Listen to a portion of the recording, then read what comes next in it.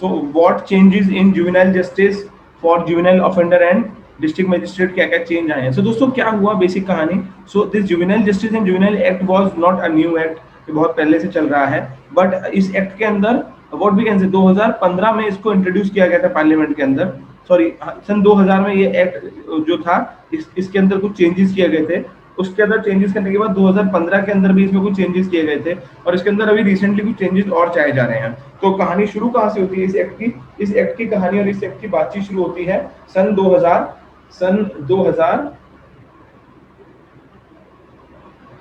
सामर्थ्य चेक कर लीजिएगा।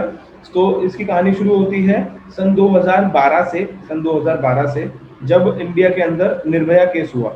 वेरी गुड बेटा, वेरी गुड आदर्श्री, वेरी गुड। तो सन 2012 में इंडिया के अंदर निर्भया केस हुआ और जब निर्भया केस हुआ तो उसमें से एक लड़की की उम्र 16 साल थी।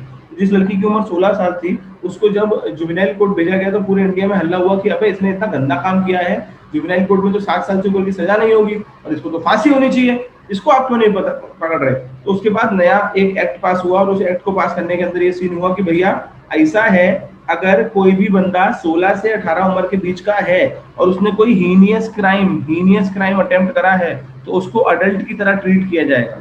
समझ में आया जो मैं बोला? और हीनियस क्राइम की डेफिनेशन बताई गई, जो बोला समझ में आया? कोई बंदा 16 से 18 के बीच में और उसने कोई हीनियस क्राइम अटेम्प्ट किया है तो उसको अडल्ट की कैटेगरी में रखा जाएगा। बट दोस्तों इसके बाद थोड़ी समस्या आ गई। इसके बाद थोड़ी समस्या क्या आ गई कि वो बच्चा जिसको अडल्ट में रखा जा रहा था उस टाइम पे ये जो 7 साल तक की डेफिनेशन थी इसमें थोड़ा लोचा था। लोचा कैसे था कि 7 साल या उससे कम या फिर मिनिमम 7 साल, और दूसरी जगह पे सीरियस क्राइम की डेफिनेशन बताई नहीं गई थी। तो इस वाले एक्ट के अंदर क्या हुआ है, हीनियस क्राइम और सीरियस क्राइम की डेफिनेशन जो है उनको बिल्कुल क्लियर अलग कर दिया गया है और पेटी क्राइम्स तो छोटे मोटे होते ही हैं तो कोई दिक्कत नहीं। जिससे क्या हो कि कोई बच्चा मानो कल को कोई इलिसिट सब्सटेंस लाइक अल्कोहल और समथिंग या किसी भी चीज को इधर से उधर ट्रांसपोर्ट या फिर इधर से उधर स्मगल करते हुए या फिर चोरी करते हुए या कुछ भी करते हुए पकड़ा जाता है तो उसको हीनियस क्राइम नहीं माना जाएगा और उसको अडल्ट की तरह ट्रीट नहीं किया जाएगा, उसको जुवेनाइल कोर्ट में बच्चों की तरह ही ट्रीट किया जाएगा और उसको बच्चों वाले जेल में ही रखा जाएगा। अगर ये होगा तो उसके सुधरने की उम्मीद थोड़ी ज्यादा होती है, वहीं अगर उसको अडल्ट में रख दिया तो उसके सुधरने की उम्मीद नहीं होती। और दूसरी बात, अगर न्याय है तो न्याय पूरी तरीके से होना चाहिए। तो अगर वो अडल्ट नहीं था और उसने वो वाली गलती नहीं करी है तो उसको व्हाट वी कैन से न्याय मिलना चाहिए। इन पॉइंट्स को ध्यान में देते हुए सरकार ने हीनियस और सीरियस इन दोनों क्राइम्स की डेफिनेशन को अलग कर दी। अच्छा, ये कहानी यहाँ पे खत्म नहीं होती है, ये कहानी यहाँ शुरू होती है क्योंकि जुवेनाइल जस्टिस के अंदर केवल जस्टिस इस बात की नहीं होती कि किसी ने गलती करी तो उसको क्राइम क्या होगा, सजा क्या होगी। जुवेनाइल जस्टिस के अंदर इसके अलावा 2 पॉइंट और होते हैं। जुवेनाइल जस्टिस के अंदर इसके अलावा दूसरा पॉइंट होता है अडेप्टेशन का। तो हमारे देश के अंदर बच्चे को अडेप्ट करने की जो कहानी है, जो सिस्टम है, वो बहुत ही पुराना है और बहुत ही लंबा है। तो सरकार ने उस अडेप्टेशन प्रोसेस को भी चेंज करने की बात की है इस एक्ट के अंदर। सो जब वो क्या करें कि बहुत ही स्पीडली किसी भी बच्चे को जब अडॉप्ट होना है तो अडॉप्ट होने के लिए पेरेंट्स कनेक्ट करा दें और जल्दी अडॉप्ट हो पाए, क्योंकि ये हजारों लाखों लोगों की लाइन लगी हुई है बच्चों को अडॉप्ट करने के लिए। वहाँ बच्चों की लाइन लगी हुई है, पेरेंट्स चाहिए, यहाँ पेरेंट्स को बच्चे चाहिए, बट बीच में सरकार काम नहीं कर रही। अगर बीच में सरकार काम नहीं कर रही तो कैसे काम चलेगा? तो बीच में सरकार कैसे काम करेगी कि जब लॉ आ जाएगा, लॉ क्या आएगा कि आपको इतने दिन में काम करना है, तो इससे अडॉप्टेशन भी बहुत जल्दी फास्ट हो जाएगा। तीसरा इस एक्ट के अंदर जो अच्छी बात करी गई दोस्तों, तीसरा इस एक्ट के अंदर अच्छी बात ये की गई कि जो शहर का डीएम होगा, क्योंकि रिसेंटली में एक सर्वे हुआ था जिसमें पता पड़ा था कि इस देश के अंदर जितने भी चाइल्ड केयर कम्युनिटी वाले सेंटर होते हैं, तो में से किसी ने बचपन में किंग अंकल पिक्चर देखी हो तो तुम्हें याद होगा, जिसमें शाहरुख खान भी है, जैकी श्रॉफ भी है। तो किंग अंकल पिक्चर में क्या होता था कि एक जुवेनाइल या फिर बहुत सारी पिक्चर हमने बचपन में ऐसी देखी होंगी जहाँ पे अनाथ बच्चों का what we can say caring centre होता है, पर उनकी बिल्कुल केयर नहीं होती, उनके साथ बहुत बदतमीजी की जाती है, मार पिटाई की जाती है और सब कुछ होता है। Sir some voice is coming, कोई वॉइस आ रही है किसी को?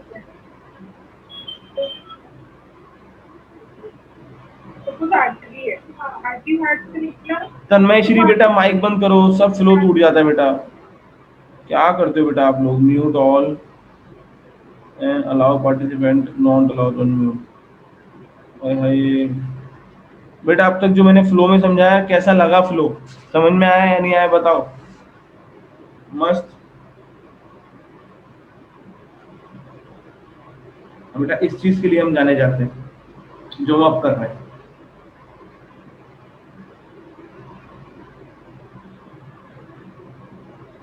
ध्यान बिल्कुल कहीं नहीं गया होगा ना, एक लाइन से समझ में आया होगा।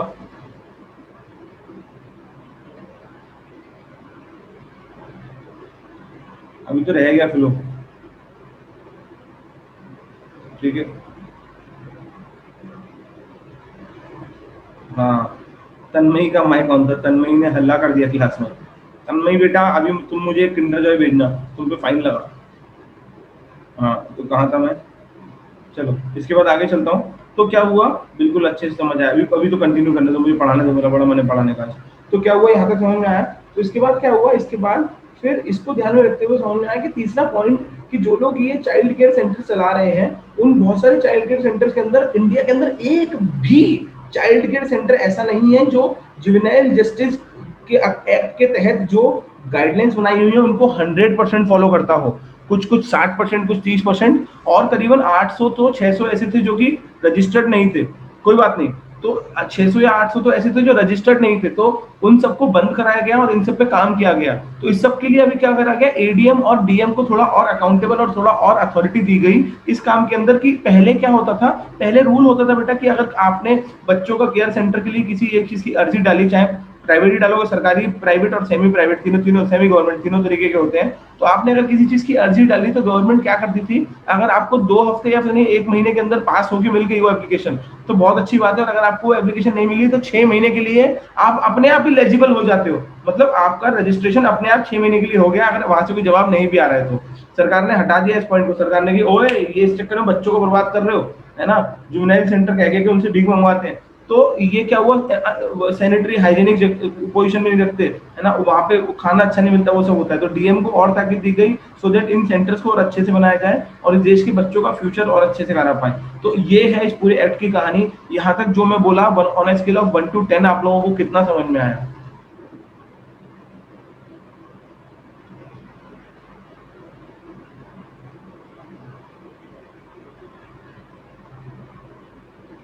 बहुत सुंदर, बहुत सुंदर दोस्तों, बहुत सुंदर।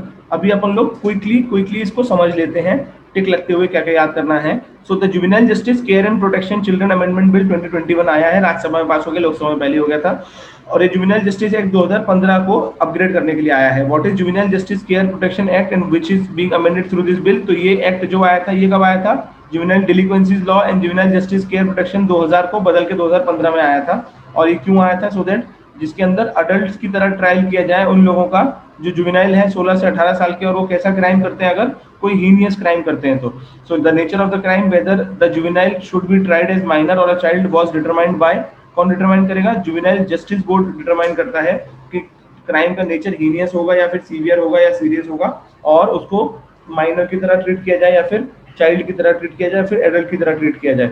इसके बाद में सेकंड मेजर प्रोविजन जो 2015 वाले में चेंज किया गया था, वो था अडॉप्टेशन, है ना, bringing more universally acceptable adaptation laws rather than की Hindu adaptation maintenance act, guardian of the ward, Muslim act, इस सब के अंदर काम ना करा जाए, एक यूनिवर्सल तरीका बनाया जाए इसको अडॉप्टेशन करने का। एंड देन इसके बाद में सेंटर अडॉप्शन रिसोर्स अथॉरिटी, कारा, बहुत इंपॉर्टेंट है, has been giving a status of statutory body, ये स्टैट्यूटरी बॉडी को स्टेटस दे दिया गया, इससे पहले नहीं था। टू अनेबल इट्स परफॉर्मेंस, है ना, to enable it to perform its function more efficiently. तो अब लोगों को क्या होगा, बहुत लंबे समय तक उनको अपने किसी बच्चे को अडॉप्ट करने के लिए वेट नहीं करना पड़ेगा। आज के टाइम पे 5-5 साल का वेट करना पड़ता था लोगों को यार, 5-5 साल। छोटा बच्चा अडॉप्ट करना बड़ा हो गया, पैसा नहीं रहा, कौन चाचा, बेटा चाचा नहीं बेटा पापा बोलो, तुमको अडॉप्ट करने आए थे बट 5 साल लग गए, समझ रहे हो? So why has the Juvenile Justice Care and Protection Bill has been brought to the government? पहला, this will give increased power and responsibility to district magistrate and speed up the adoption process. And then इसके बाद में speedy disposal of the case and enhance accountability of what, of the centers जो कि बच्चों को संभालते हैं। What powers district magistrate have? The DM and ADM will monitor the functioning of various agencies, है ना, which include child welfare committee, juvenile justice board, the district child prosecution unit, इन सबको एडीएम डीएम के अंदर देखा जाएगा। ठीक है, एडिट टू दिस क्या करा जाएगा? यहाँ तक हो गए हम लोग, बहुत सुंदर। एडिट टू दिस के बाद में अगर हम देखें एनसीपीसीआर की रिपोर्ट, तो वही मैंने बताया कि in which around 7000 child care centre institution जो थे वो सर्वे किए गए, और जिसमें से देखा गया कि 1.5% तो कोई रूल को कंफर्म नहीं करते, है ना, और उसके अलावा बहुत सारे कुछ कम को करते हैं, और 100% तो कोई सा भी नहीं करता। तो गवर्नमेंट जो CCIS होते हैं, that is what is the full form, child care institutions, है ना। तो चाइल्ड केयर इंस्टीट्यूशन जो होते हैं ये 3 तरीके के हो सकते हैं, government aided, government run and privately run. And run through the private limited और run through government and private and foreign funding. तीन तरीके की फंडिंग हो सकती है। तो अब इन सबको चेक कर लिया जाएगा। जैसा कि मैंने आपको बोला था कि ये वाली बात बस सुन लेना कि रजिस्टर अगर नहीं हुए और आपके पास 3 महीने के अंदर अंदर रजिस्ट्रेशन का वो नहीं आया फिक्स होना, तो 6 महीने के लिए आपको अपने आप रजिस्ट्रेशन मिल जाएगा। इस चीज को बंद कर दिया गया।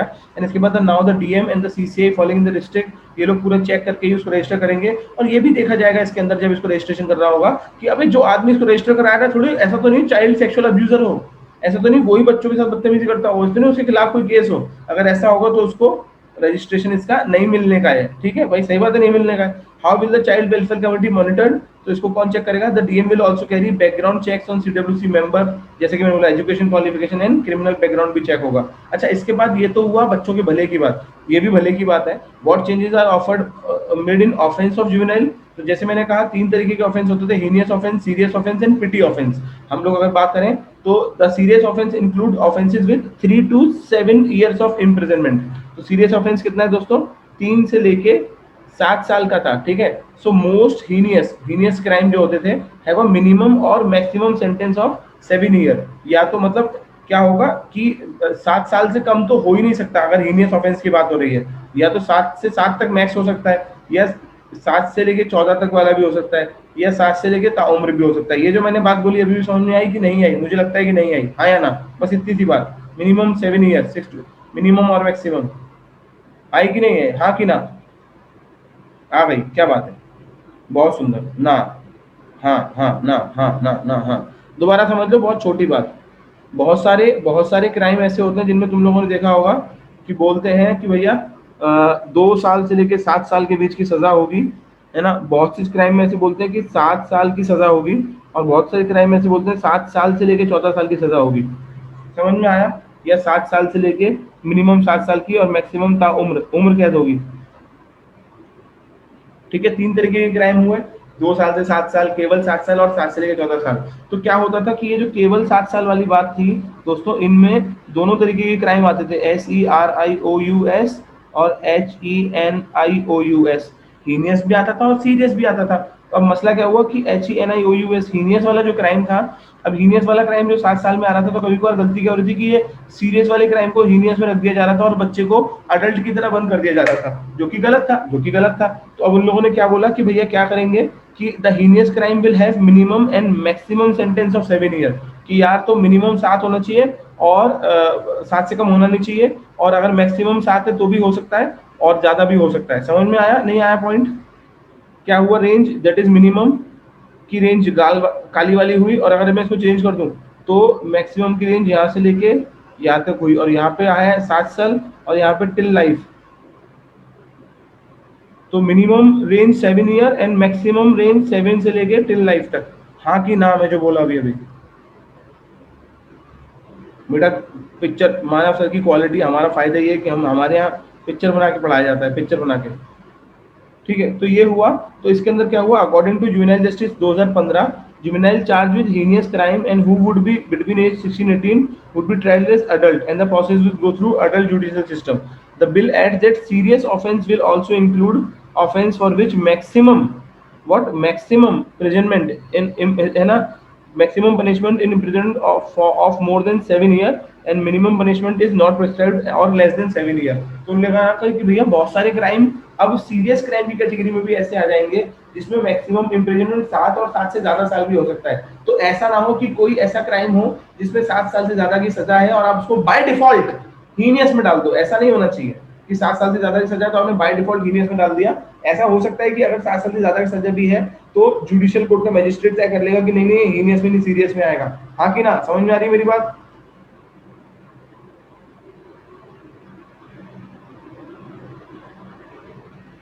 क्या बात, बहुत बढ़िया। तो इसके बाद क्या हुआ? Both heinous and serious crimes have also been clarified for the first time. याद रखना, इस एक्ट में पहली बार क्लैरिफाई किए गए हैं, रिमूविंग एम्बिग्यूटी। बेटा ये टॉपिक अच्छा है इसीलिए मैं ध्यान से पढ़ा रहा हूँ, है ना। तो रिमूविंग एम्बिग्यूटी, और उनको पहली बार क्या क्लियर करा गया है। The provision has been made to ensure that children as much as possible are protected and kept out of adult judicial system. जैसे ही तुम इस लाइन को पढ़ लेते हो ना, तुमको ऊपर की पूरी कहानी क्लियर हो जाती है, क्योंकि तुम्हें पता है किस सोच से वो काम किया गया है। सांस लेना भूल गया, रुक जाओ। हाँ, so heinous crime with a minimum imprisonment of 7 years pertains mostly to sexual offense and violent sexual crimes। ठीक है, तो क्या हुआ, हीनियस क्राइम के अंदर यही वाले क्राइम आते हैं और इसके तहत फिर ये काम किया जाएगा। एंड देन इसके बाद में the act provide that offences against children that are punishable with imprisonment of more than 7 year will be tried in the child court. और उसके बाद वो तय करेगा कि ये हीनियस है कि सीरियस है। Have there been any concern regarding the changes? हाँ, थोड़े बहुत कंसर्न है क्या कि CWC, JJ board, CCI district, ये सब जब DM के अंदर आ रहे हैं तो DM हो सकता है इन सब चीजों का ध्यान ना रख पाए, हो सकता है इन सब चीजों का ध्यान ना रख पाए, और नहीं रख पाए तो थोड़ा मसला और असला हो सकता है। यहाँ तक मैंने जो पढ़ाया ये मुझको बहुत अच्छा लगा पढ़ा के, आज मैं हैप्पी हो गया लास्ट वाला आर्टिकल पढ़ा के। तुम लोगों को कैसा लगा? क्या बात है दोस्तों, है ना? क्या बात है दोस्तों, बहुत सुंदर। एवरीथिंग वॉज क्लियर इनफैक्ट, क्या बोले बेटा, क्या बोले? अच्छी बात लिख देते कुछ। Everything was clear in fact you should always teach in this flow only. Ayushi अपन कुछ दिन बाद इस फ्लो में आ जाएंगे अभी, बट इकोनॉमिक वाले टॉपिक नहीं समझ में आ रहे बेटा। दीपिका 1 हफ्ता लगेगा बेटा, है ना? धीरे धीरे सब आ जाएगा, मैं पक्का बता रहा हूँ। Pakistan is declaring Gilgit Baltistan as profit is important. पिछले साल से पढ़ा रहा हूँ बेटा, अभी आगे आ जाएगा, कोई दिक्कत नहीं है। हाँ दीपिका बेटा, धीरे धीरे पक्का आ जाएगा। आप पहले नीट की तैयारी करते थे ना, अभी आप यहाँ शिफ्ट हुए हो। हाँ पक्का बेटा, मुझे 1 हफ्ता और चाहिए आप लोगों के साथ। इकोनॉमिक्स आ जाएगा, है ना? Just give me a week. Okay, आप में से जिस बच्चे ने अब तक एडमिशन नहीं लिया है, मैं आपको फोर्स नहीं कर रहा हूँ, बस रिमाइंड करा रहा हूँ कि आज तीसरे दिन की डेमो क्लास खत्म हो गई है, हमारे पास 2 दिन और हैं और हमारे पास एडमिशन्स आ रहे हैं। तो आप में से जो ये डिसाइड कर चुका है कि उसको एडमिशन लेना है, अगर आप आज भी एडमिशन लेते हैं तो वैसे भी आप पे coming 2 days no question ask money back guarantee होगी। So it is up to you, so that आप डिसाइड करें और सो दैट मैं आपको नोट्स भेज पाऊँ। हाँ, और रिया बेटा कभी कभार नोट्स हमारे क्लास में लेट हो सकते हैं ग्रुप में, वरना हम वैसे जल्दी भेज देंगे। वो नोट लेट क्यों हो जाते हैं बेटा? कि मुझे कभी कभार कुछ सीन हो जाता है, एंड सीन मतलब सर वो CRR रेपोर्ट और बेसिक थोड़ा समझा दीजिए। आर्या बेटा कल या परसों की क्लास में मैं इकोनॉमिक्स का स्टैटिक टॉपिक लूंगा आधा घंटे का, है ना? तो सब समझा दूंगा, ठीक है?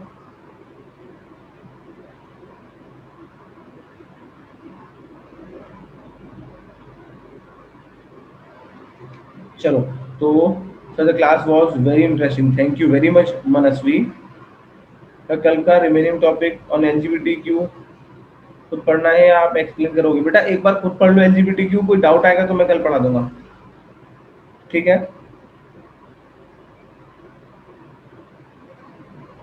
Thank you very much Yash, thank you very much.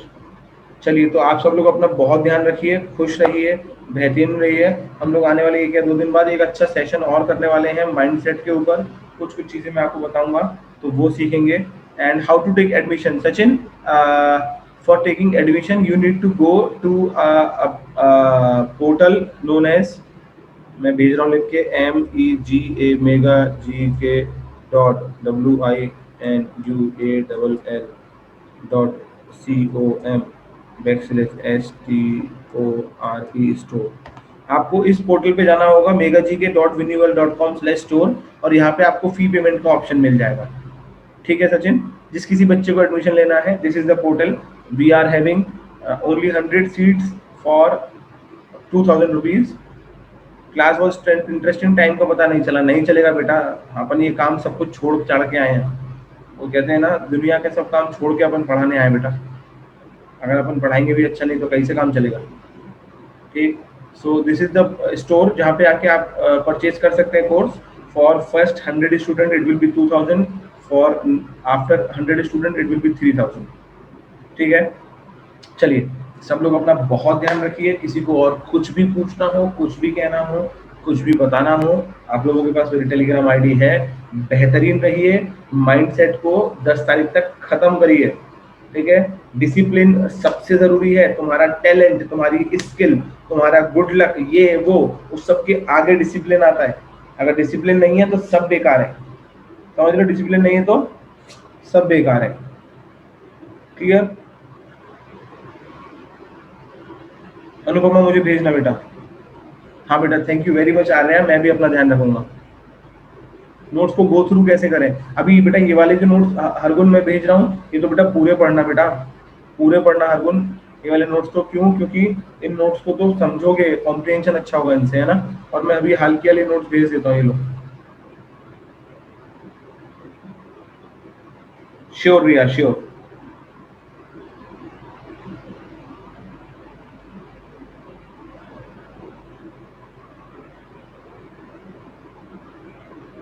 और आप में से जिस दिन से एडमिशन ले लिया, आप बता दीजिएगा एक बार, मैं अपनी टीम से बोल दूंगा तो वो आपको थिंक मानव कम्युनिटी में भी ऐड कर देंगे। It will take around 2 or 3 या 4 days and then you people will be add. ठीक है, चलो, सब अपना ध्यान रखो। गुड नाइट, शब्बा खैर, शुभ रात्रि, एंड कल मिलते हैं। जय हिंद।